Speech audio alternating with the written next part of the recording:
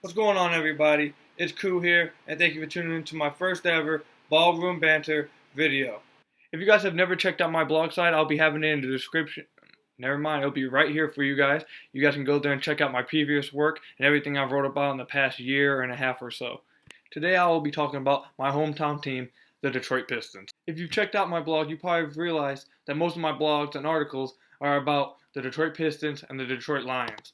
So it wouldn't be a surprise that I made my first very video about my favorite team, the Detroit Pistons. Latest on the Detroit Pistons, they spent their 12th overall pick in the 2017 draft on a 6'6" guard from Duke, Luke Kennard. But that's not exactly what I'm going to make this video about. This video is more about everything the Pistons can do after the 2017 NBA draft, heading into free agency and the rest of their offseason. First off, I'd just like to say that our most probable solution is to let Reggie Jackson come back this year with the same team and hope he gets back to 100%. And while that might be the most probable solution, it also might be the best solution for this team. But instead of taking the easy way out and making this quite a boring video, I'm going to talk about things the Pistons could do and changes that can be made to make them a better team as presently constructed. For this video, I'm only going to name 3 solutions that the Pistons can do to make their team better, in my opinion. Change number 1. Trade Jon Leuer. Jon Leuer was probably one of the most frustrating Pistons players last year to me by far. And I don't even know how much of that I can really blame on Jon himself. I mean, he gave us 10 points off the bench, and partly as a starter while Tobias came off the bench, and he gave us pretty good rebounding. So what is there really to hate on Jon Leuer for? Well, this is the reason why I don't know how much of this I can really put on Jon himself, because the reason why Stan brought him in here was to be a stretch 4. And while Jon contributed in places like rebounding and scoring and actually playing pretty good defense, that's not really why he was brought here. He was brought here to spread the floor out and open up the lanes for drivers like Ish Smith, KCP, and even make it easier for Andre Drummond to get some points. And shooting 29% from the three-point line is not how you help those players out.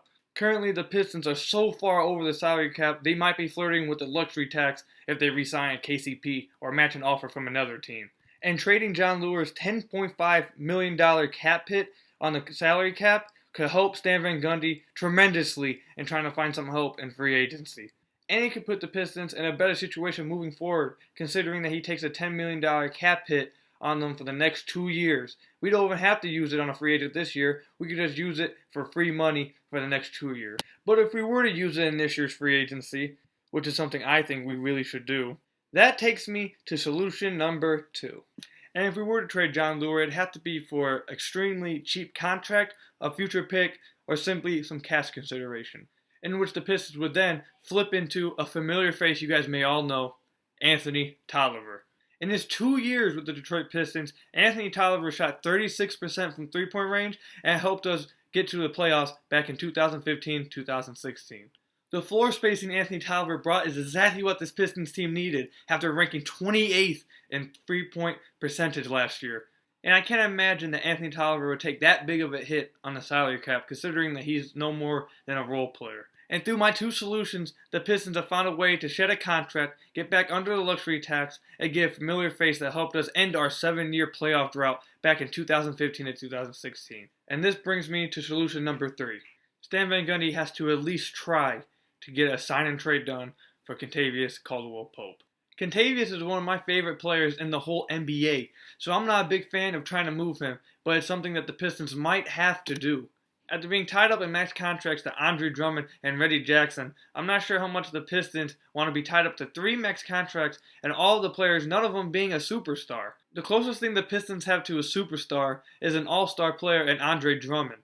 And while I love Andre and I'm a big fan of Andre and supporter, he is a type of player that relies on the pieces around him to help him get to that all-star level. And KCP is one of those players who do help him get to that all-star level, so I understand why we would want and maybe even should re-sign him. But to me, I'm just not sure how much I really want to be tied up in 3 max contracts to 3 players who haven't proven that they can lead a team past the first round of the playoffs, actually even get a playoff win. And in an offseason where we had a bad season and Andre Drummond and Reggie Jackson's trade value will be tremendously low, KCP is one of the only few assets we have in the trade market. The only other trade asset I believe the Pistons have is Tobias Harris, who I really do not want to get rid of, as I think he has the future potential to become another all-star with Andre Drummond. And notice in the beginning of the solution, I didn't say the Pistons have to do this. I think it's something they should at least explore or talk about.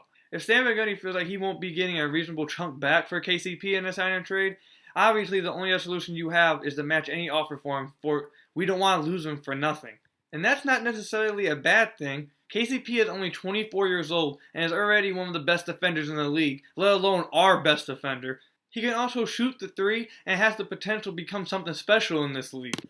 So once again, I think the Pistons should at least talk or negotiate about a sign and trade with KCP. The best solution might just be re-sign him and bring him back to the team and hope that he becomes something special. Once again, my only problem is to have 3 max contracts committed to 3 players. For if it wasn't for this salary cap in this era, probably aren't max players. But in today's NBA, re-signing KCP to however much the contract is might just be what SVG has to do. You know, now that I think about it, I don't think that third solution really was much of a solution. But I'm going to throw it in there anyways, since it's just my opinion and something I think the Pistons really should think about doing. So there you go. There's 3 solutions I believe the Pistons can do this offseason that can make them a better team moving forward without just blowing the whole team up. Thank you for watching this video. If you liked it, go ahead and hit the thumbs up down there. If you like my channel, go ahead and hit that subscribe button down there. You see future videos of me talking about NBA and the NFL. And if you're viewing this on my YouTube channel, I'm going to put the link to my blog right down here again in case you missed it earlier on in the video. And there you'll find articles I wrote talking about the Pistons, the Lions, and every now and then I'll write about another team in the NFL or the NBA. You can also subscribe to my blog if you make a Google account and hit the subscribe button on my blog. That would be really appreciated. If you guys have anything you guys want me to talk about or discuss, go ahead and put that in the comment section below. And I believe that's it for my first fully edited video.